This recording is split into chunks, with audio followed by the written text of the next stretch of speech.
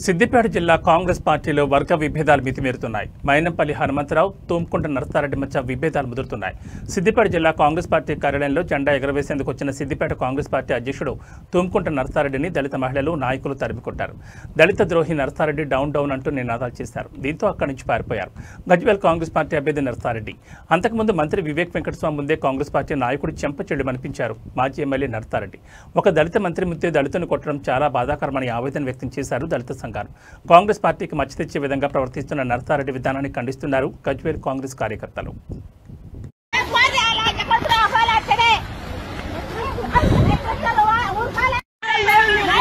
Nursaredddy,